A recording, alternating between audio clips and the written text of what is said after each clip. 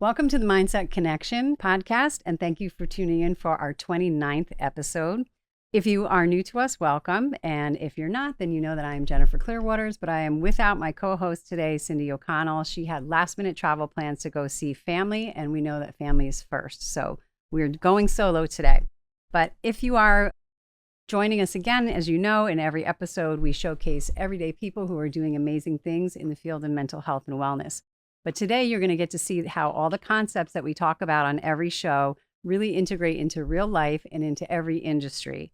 So today's guest is not your typical professional working in mental health and wellness, but his story and his work ethic and all he's giving back into the world is going to show you that he's the perfect person to have on our podcast today. So we are welcoming Dan Sachkowsky. Welcome, Dan. Thank you to the podcast. So let me tell you a little bit about Dan.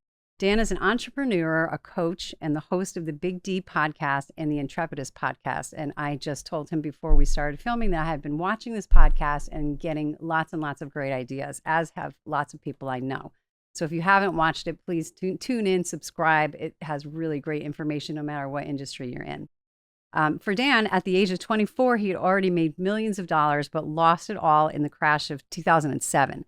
He went bankrupt and learned hard lessons about life, money, purpose, and resiliency, which we love on our show. 15 years later, in 2022, Dan faced another defining moment in his life when he survived a massive heart attack. And this incident shifted his focus forever and his mission. Today, Dan has rebuilt and rescaled multi-million-dollar companies in construction, coaching, and real estate, all with a focus for building purpose and legacy and not just for profit. Through his coaching programs, events, and podcasts, Dan inspires people to push past adversity, break excuses, and create lives that have real freedom and impact. His story is proof that wealth is not about what you have, but more about who you become and the legacy you will leave behind.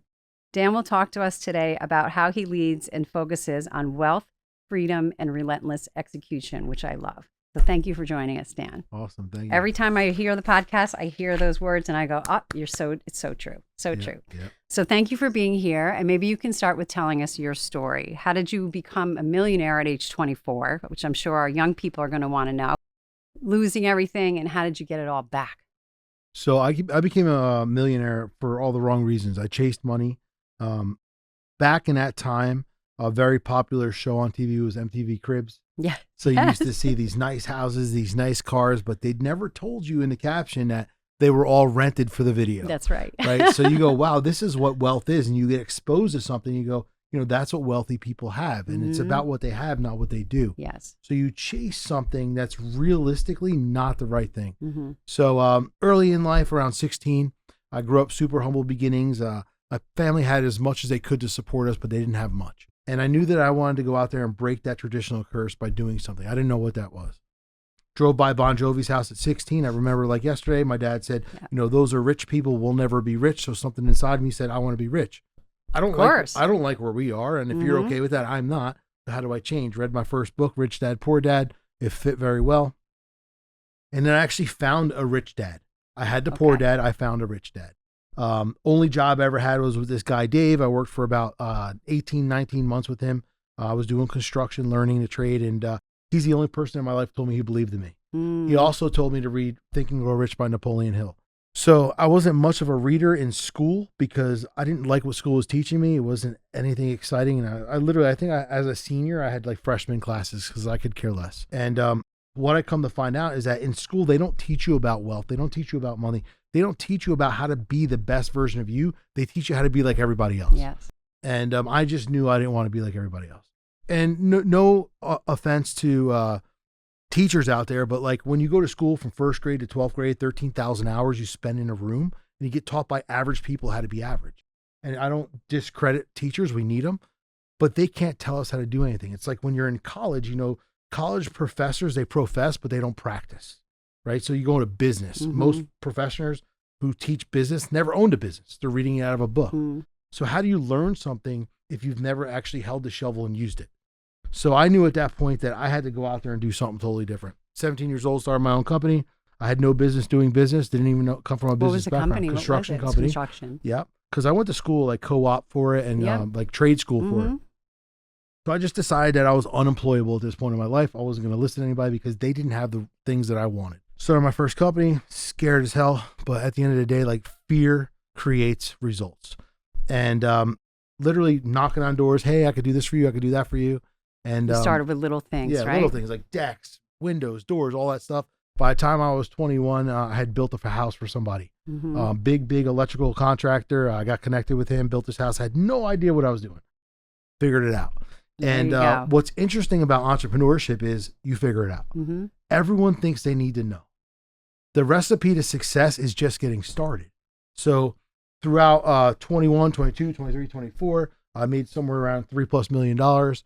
Economy crashes 2006, 2007, I lose everything. So after meeting with my lawyer, I said, I can't believe that my life has literally ended at this point, everything I just built up for. But when I walked home, I had 2 boys at that time, one of which and I came home after that day and I saw them sitting there, arms open, laughing. They had no idea what was going on in the world, no idea what was going on with me. And they didn't care. But they just wanted to see me. Your dad. Yeah. So at that point, I realized I was not chasing purpose. I was chasing money. And what I found for the last 7 years was every single person I knew who chased money will chase it for the rest of their lives. You have to make money secondary, and that's what I did. Yeah, good story. So as a very young business owner, how, because there's lots of young people out there that are just starting out in life. How do you get people to take you seriously? Like, what did you have to do? I had to lie. I had to say my dad owned the company. Okay. And, my dad had severe back issues, but he never owned a company. But I used to say, yeah, I have to do the estimate because my dad, can't leave the office. My dad can't come. So I would say it was my dad's business. It was my dad's business, and as I started going and building confidence and building respect and getting referred, the dad story didn't have to stick anymore. Yeah. So people would see what I brought, what I offered, and then they would trust me and they would push me on other people. Wow. So you just kept going. Yep. So how do you, as a business owner, what are the things behind the scenes that people don't see? What are the sacrifices that you've had to do? Because usually people would look at you and say, he's got everything. Yeah. He's so successful. Yeah. He's doing all these things. What are the things that people don't see? They don't see the grit, the resilience, the hustle, every single thing that you have to do, the missed times, how many weddings I didn't go to, how many birthdays I didn't go to, how many things I didn't participate in because I was chasing my dream. And that's what the average person doesn't understand. Like, can't believe you didn't show up. Well, it doesn't really align with where I'm at right now. Like, I'm trying to do something outside of the norm. And when you're doing that, you can't do what normal people are doing. That's right. And most people didn't understand that. Why aren't you here? Listen, you only want my envelope and my gift. I'll gladly send it. I need to focus over here. Yeah. How has that impacted in the earlier years on your family? To this day, I think my family doesn't understand what I do, why I do it. I just had a conversation about my mom, and I try to show my mom what I'm doing. And if you're not in that space, it's very hard to understand. Yep. So it's just like a chef. You put me in a kitchen, I have no idea what he's doing because he's creative in his space or she's creative in their space. So I'm not going to try and be like, okay, I understand. I don't understand. But that's a love and an art that someone has. Like cooking food and preparing it is an art. But if you're not in that space and your food comes out and it's not what you expected, you have no respect for the person who tried to make it the best. Yeah. So it's the same thing in any entrepreneurial world. Like if you're talking to someone who works for the entrepreneur, they're just looking for the paycheck. They're just looking for the PTO. They're just looking for this. They're not understanding the life that we have. How many sleepless nights we have. How many times we don't get paid. How many times we're worrying because we don't know what's next. The unforeseen is the scariest part in entrepreneurship because at any given moment, it can all be over. Right. And it's all on you. Yeah. Right. You don't have people who can share the blame. Yeah. It's all on you. So you actually, your question about family is, I think that as an entrepreneur, you kind of start a new family. Yeah. You start spending time with people who have a common future, not a common past. People who are visionaries because now you have something to talk about. Think about this. Like when you go to holiday parties and your entire family sitting there, or you go to a wedding, what do you always talk about? What used to happen or what happened in the past or what you did as a kid.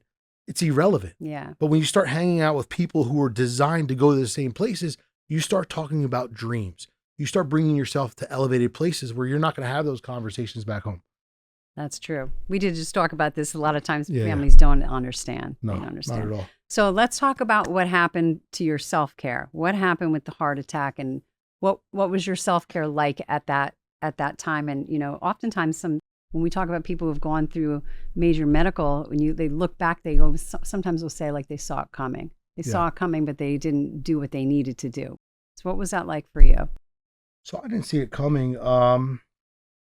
Early on when I started my business when I was 17, I was also bodybuilding. So I was abusing my body. I was taking drugs to get bigger, and I wouldn't consider myself a drug addict. I was using performance enhancing drugs to maximize my size. But then I had to make a decision where it's like, am I going to be a broke bodybuilder or am I own a business? So I had to go in a different direction. But still, throughout, my 20s and 30s, I'm still using these things because, it's the cheat code, right? So we're using the cheat code to stay big and look good.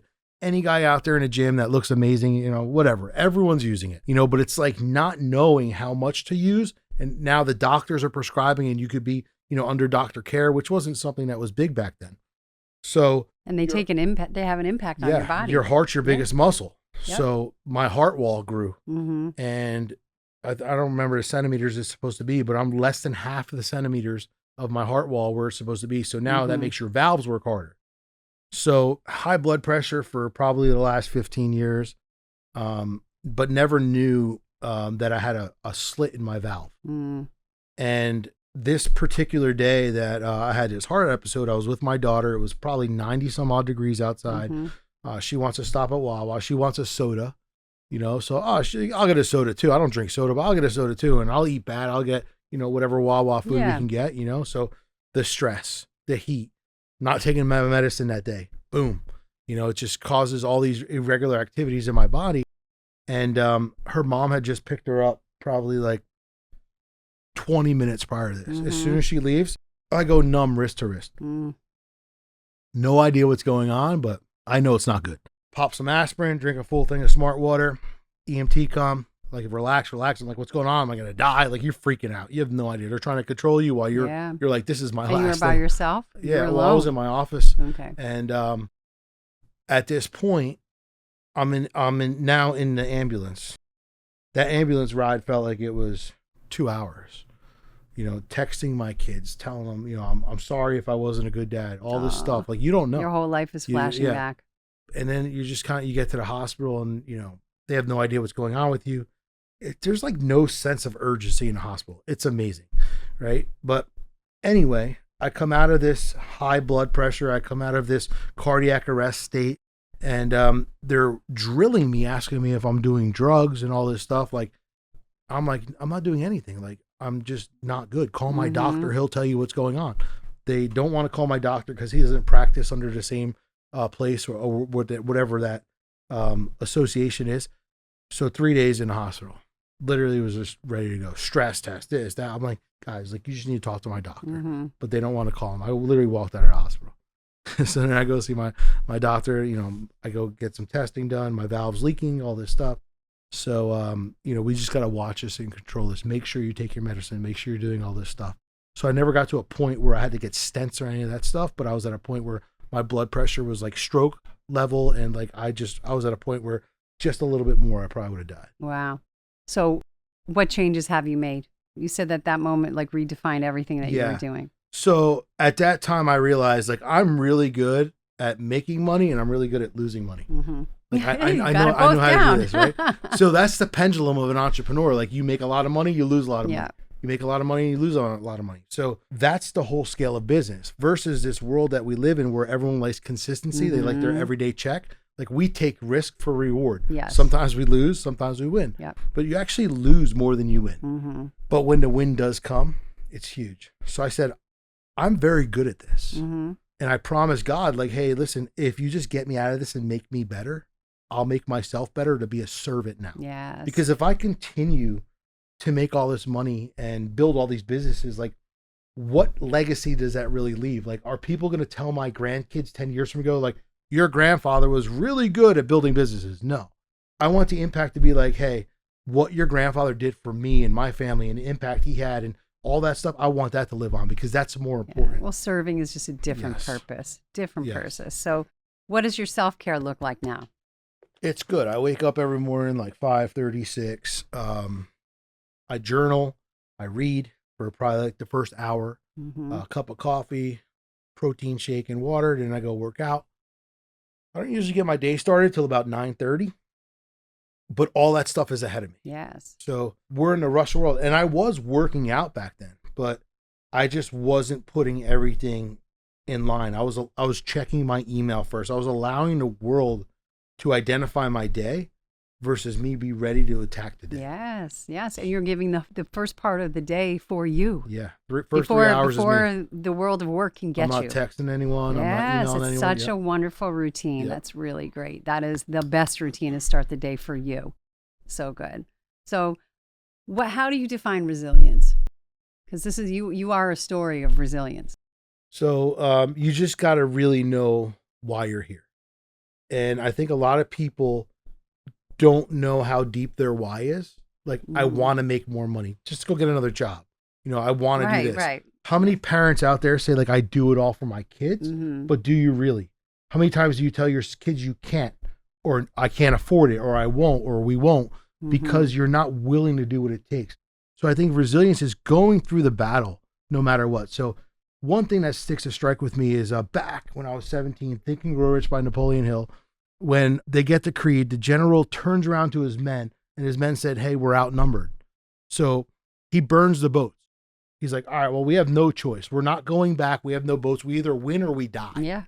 So I always remember that point back there where it's like, I either win or I die. So I have to do everything I have to do to get through it. And no matter what it is, I know that the picture is bigger. And I don't want to live in a state of regret. So in life, the average person walks around with 2 bags, excuses and blame. I don't have any of that. I don't blame anyone for a circumstance. I blame myself. Yeah. And I don't make excuses for what's not happening because it's my own problem. So the minute you get rid of those 2 bags, all the weight's off your back and you can actually carry yourself through a position versus trying to carry all this and point here, point there, look here, look there. Right. We have to look forward. And the problem is most people want to look back and say, it didn't happen because. And yes, that because is you. It's nobody else. We are who we are because of where we are, our choices and actions. Everything that we do. Yeah. And the end result of our life is like, we don't know the day we're born. We don't know the day we die, but that hash in between is the only thing that we can dictate. So it's up to us to make it happen. Yes. How do you teach this to young people? Young people, especially people starting out, something doesn't go well, they hit the bottom and they're like, so a lot of times people don't want to do hard things. Yeah, no one wants to do hard things. Everyone wants to take the easy road and watch a YouTube video. So how do we teach people to do hard things? Well, I talk about childlike mentality, right? When you're a kid, you're resilient. You want to walk, you want to crawl, you're going up. And what happens is your parents are pulling you back. Until that time that your parents are not watching, you go. Yeah. So as long as you're an adult, what happens as an adult is we almost want like someone to confirm our bad behavior. Like, we have an idea, tell me it's bad so I don't have to do it. Right. I have a dream, tell me it's not a good idea so I don't have to do it. Okay, it's confirmed. So if you had a childlike mentality and you knew what you wanted and you were willing to do anything to get it, right? Remember, your kids were 3 years old, 4 years old, 5 years old, and they wanted ice cream. And you go, you're not getting ice cream. What did you do? You got your kids ice cream. Why? It was easier for them to stop talking and for you to buy ice cream than to keep fighting. Right. So children are resilient, but as we get older, for some reason, we become, a person in this space where it's like, okay, well, maybe I don't deserve that. Maybe I shouldn't be there. And this is the problem. We start listening to other voices versus our own voice. Yeah, listen to yourself. Yep. So on your podcast, you always start your intro is always talking about wealth, time, and relentless execution. And you say it in every episode. Yep. So explain to our listeners and viewers, what is that? What do you mean by that? So wealth, freedom, and relentless execution. So wealth's all about, having the things in your life that you enjoy for the reasons you can enjoy them. And they don't always mean money. Right. It's not about money. No. Money's a tool. This is one thing that every listener needs to understand, is that money is a tool to get you and give you things in life that you deserve. But if you treat money as an object and something that you have to survive on, you'll be trying to survive on it for the rest of your life. If you serve, you'll always be getting paid. Yes. So That's true. wealth is all about creating that life that looks good, feels good, but it's not material. Mhm. There's actually an impact there. Freedom is all about having the time to be able to do things in life that matter. You know, everyone thinks because they got a week's vacation, they have freedom, but they're Mhm. stressing out. Why do I think it's like 89% of heart attacks almost happen between Sunday and Monday Mhm. because people know where they're going on Right. Monday. There is that So there's no stress, freedom there. right? You know? But And then, then- and with freedom, people always, there's burnout is such a huge topic yeah, now. So, they need to be able to say like, you can work hard, but you don't have to, you need some freedom Yeah. to do the things that you want to do. The thing in life is that people have more week at the end of the money and they live in this cycle. Mhm. And this cycle is so bad, right? The holidays are coming. Yes. What's going to happen is 80% of the world's going to stress out. They're going to buy things Mm-hmm. for people they don't even like. Yep. Right. That is the truth. And they're going to try to make themselves position that they can afford when they're putting themselves in a bad spot. Right. People would much rather have your love than a gift. Yes. The gift doesn't last, the memory does. Yep. So I've always been a person who's not big on gifts because the gift is me and you and what we can do and what we can achieve. It's not something I give you that you unwrap. Mm-hmm. And then as far as relentless execution, it's going after it and being able to fight no matter what. You're going to have toxic dream stealers in your life. You're going to have people who are going to try and fight you. You know, it's like crabs in a bucket, right? So everyone looks at that scenario where it's like that crab's coming out, but then everyone else is pulling them down. But I talk about shucking oysters, right? Like, so in life, you got to be able to shuck oysters and try to find a pearl. Mm-hmm. But if you shuck and it's not there, you shuck, it's not there, and you shuck, it's not there, and then you kind of like look at it and you go, well, why aren't you here? You got to fight through life until you find a pearl. But once you find a pearl, you keep shucking to find the next one. Yep. Most people get some sort of win or gratitude in their life where it's like, all right, now I'm No, done. I'm done. They're going to stop. I'm not going to do what Yep. I was doing to get here. Now life falls apart. Yeah. Yeah. It's a good way to live. I Yeah. love that you say it in every episode. So tell us about your coaching programs. I have a couple Who are your different- ideal yeah. people that you work with, and like how did you actually get from running businesses and of all things that you were doing to becoming a coach? So everyone always asks me, what's the one thing you regret in your life? Okay. And I say never asking for help. Yes. So from 17 to 24, I probably would have never lost it all, but it was the biggest lesson I ever learned because it Mhm. shifted the way I thought. Yeah. But the one thing I did after 24 was I hired my first coach because I knew a lot of things. I always talk about Michael Jordan and Tim Grover. Mm-hmm. Everyone thinks that Phil was Jordan's coach. He was his coach on the court, Mm-hmm. but he wasn't his coach in life. He didn't create the character that Michael was. Tim Grover did. Mm-hmm. And now when you look at that, like that's excellence. Kobe Bryant coached with him as well. Yeah. And these are the greatest basketball players that ever lived. Then you look at like somebody like LeBron. Mm-hmm. And again, like whatever, he's just not a guy who has a coach in that respect because he's got an ego. You know, he doesn't know how to put humility in his life. So you have two different sides of the world. So someone will be like, the average person in today's world say LeBron's the GOAT because yeah, he's great. He's a hard worker. But anyone who was around during Kobe's times or during Michael Jordan's times, they know the respect that those two men had Mm-hmm. and what those men have done in the industry. So I knew that having a coach was the biggest thing that I regret, but then the biggest thing that changed my life. Mhm. So throughout the process of over, 18 years, I had a coach 18 years. My first coach was like 20 grand and 30 grand, 40 grand, 50 grand, now 100 grand a year. You pay for a coach, but people don't understand, like they can't fathom that.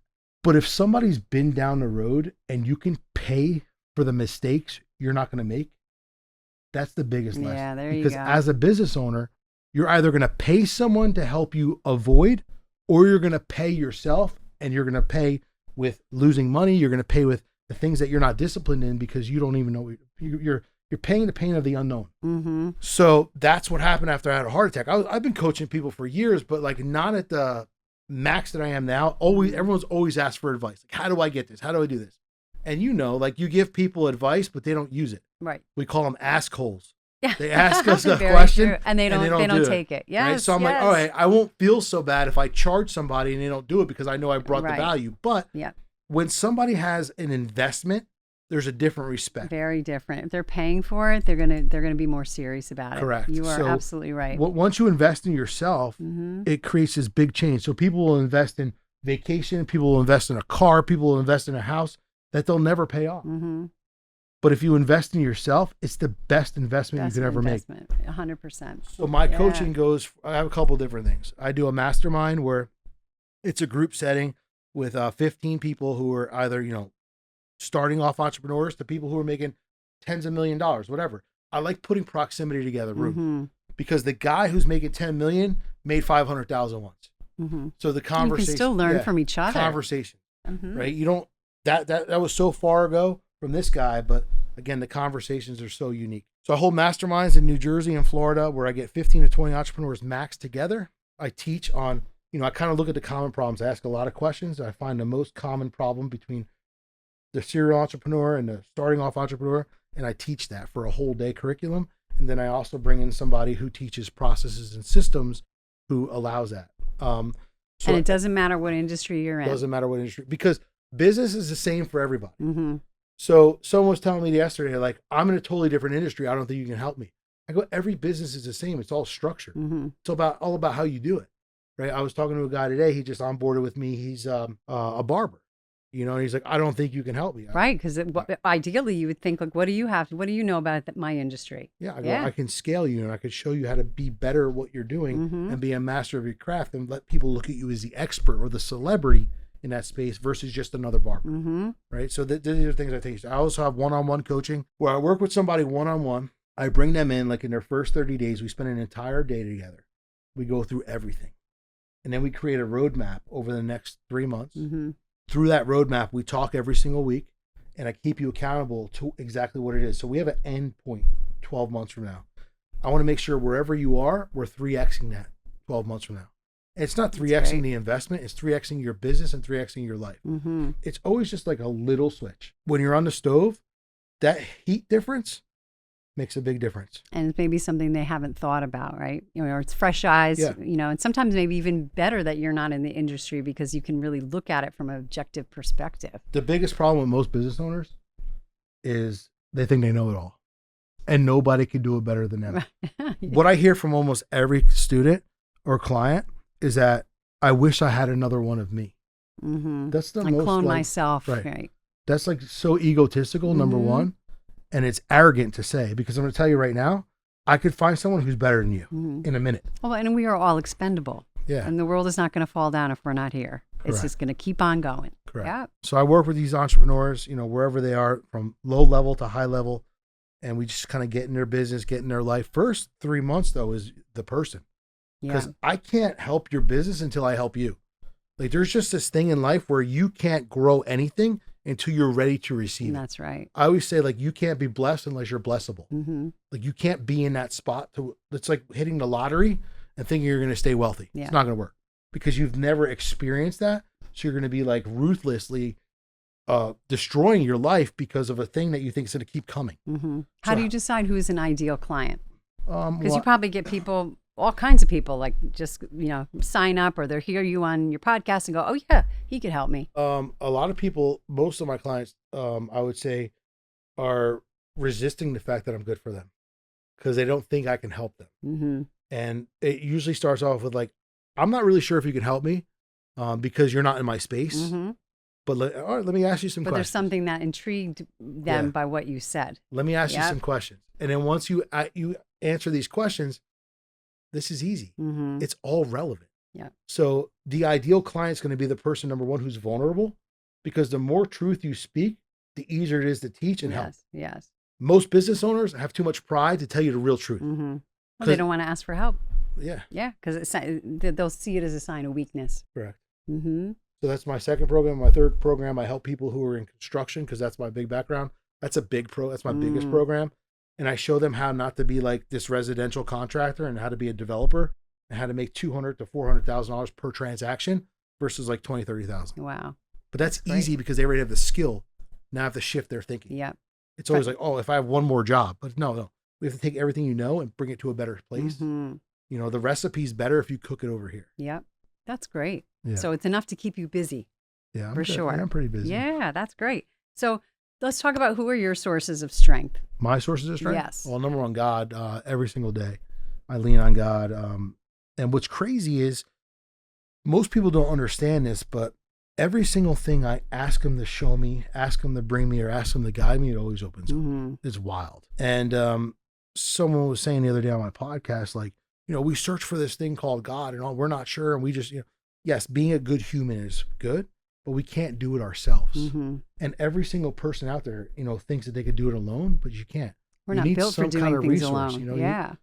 We're going to sin every day of our life. We're going to do bad, but his love, grace, and mercy is going to take us through all the bad in our life. So now we've got that inner person and that spirit for where we need to be.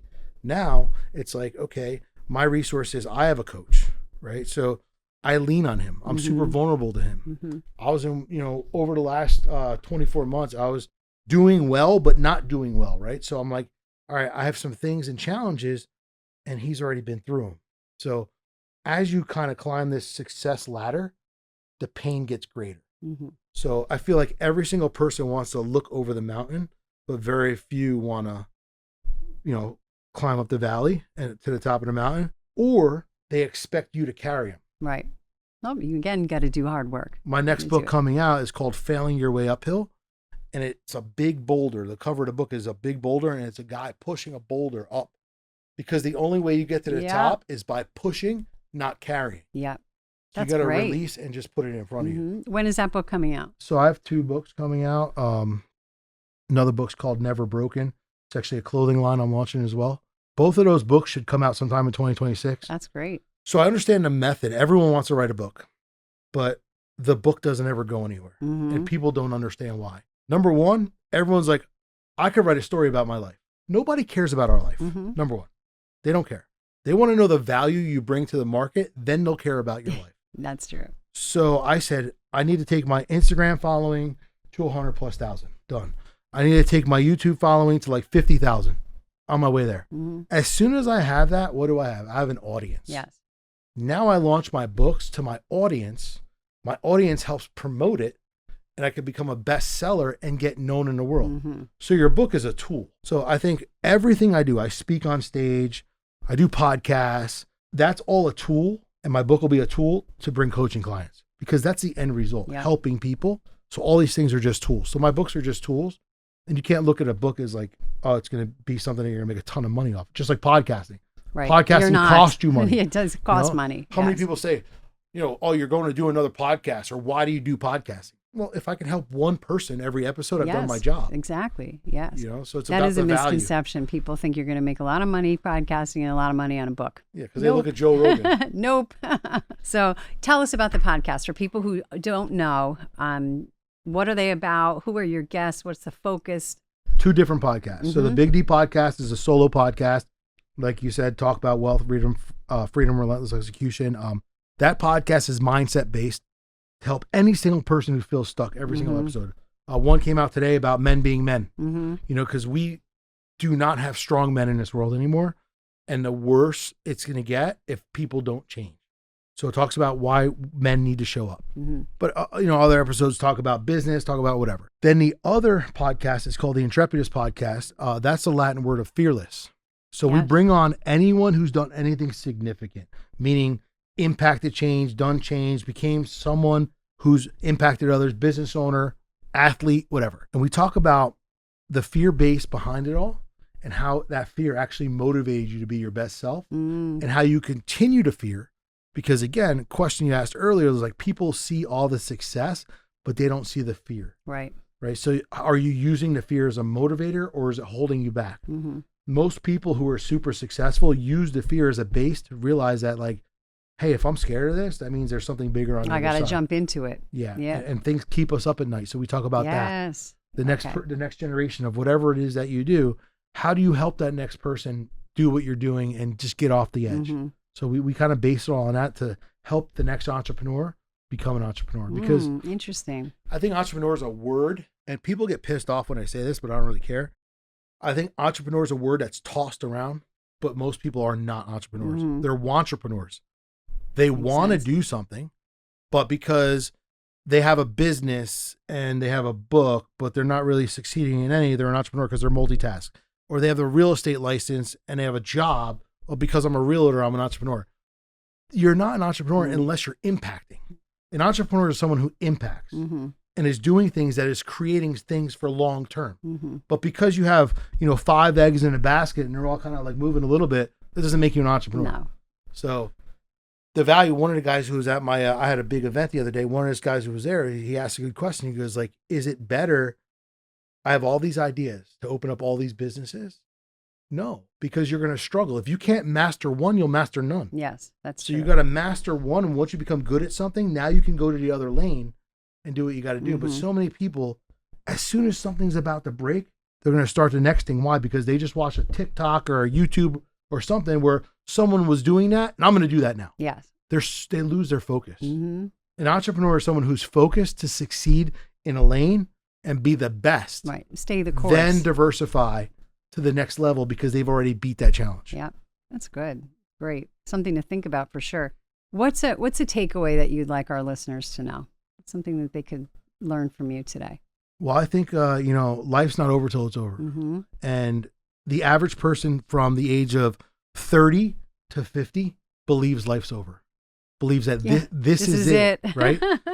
I go to work every day. I show up every day. This is how much money grinding. I have. It's always like, this versus like, no, the challenging part is changing and going back to that child, right? Becoming that inner person who believes and desires more. The average millionaire doesn't become a millionaire until after 50 because a switch goes off in their head. Finally figured it out. Right. Yeah. So most people just kind of like give up and they go, same routine, same day, every day. Let me just work for the next couple of years. How many people do you hear? I'm about to retire. 15 more years. Then what? Yeah. Right? Like if that's what you're going for, you've already died. Like you're just waiting for the moment to get paid out a little bit and then you're going to be gone. Well, and they don't even know what they're going to do after that. Right. What are you going to do after you retire? I don't know. You know what I ask people when they retire? They go, I'm about to retire. I go, okay. So don't take any offense to this, but let me ask you a question. Out of 100% of the income you make right now, how much money do you save? And a lot of it's like, not too much. I say, okay, so you want to work right now. You can't even live on 100%. And then you're hoping to retire in 15 years on 40% when you can't live on 100%. How's that going to work out? Yeah. And they're like, I never thought of that. Never thought of that. But they just are looking for that ideal age or how many years you put in so I can say I can be out. Yep. Because was money just going to show up? Things are just going to show up? No. It gets harder and it gets more expensive. Yeah, that's true. So what's next for you? I mean, you're already doing so much, but like, so people like how we think are, we're always looking for something new. We're always learners. What I'm destined to do here on the East Coast, because I reside in Florida and New Jersey both, I'm going to bring events back to Northeast and the Southeast. Every time you go to a big event, it's in California, it's in Texas, it's somewhere else. Somewhere else. You're right. It's in Vegas. Yep. We have so much opportunity here and we have so much talent here. Why shouldn't people be coming to us? Why shouldn't we be taking the most densely populated area in the world and creating more entrepreneurs? So I just had an event last week. We literally had standing room only. And my goal is to put tens of thousands of people in front of information. Now allow them to make a decision. So I want to be one of the biggest impactors by the time I leave by bringing other impactors together and knowing that I made a difference for everyone else, and that'll just carry along with me. No, I love that. Yeah. I love that. When is that going to be happening? So we just did our first event on last Thursday. It was a sold out event. It was great. And it was very, very well done. So sometime probably, I would say like, we're probably gonna do something like spring. That's great. Okay. So keep checking on. I know you advertise it through your podcast. It's called the 7-Figure Blueprint. So we had the 7-Figure Blueprint Syndicate. We'll have another one of those. And most people like 7 figures, but it's like you have to think further before you become. So they're like, oh, well, I don't make $1 million. Well, if you think that way, you'll never make $1 million. You're never going to get there. So it's you got to just start where you are. Get there. Yep. And another thing is like everyone wants to be a millionaire, but they don't want to make 100,000 first.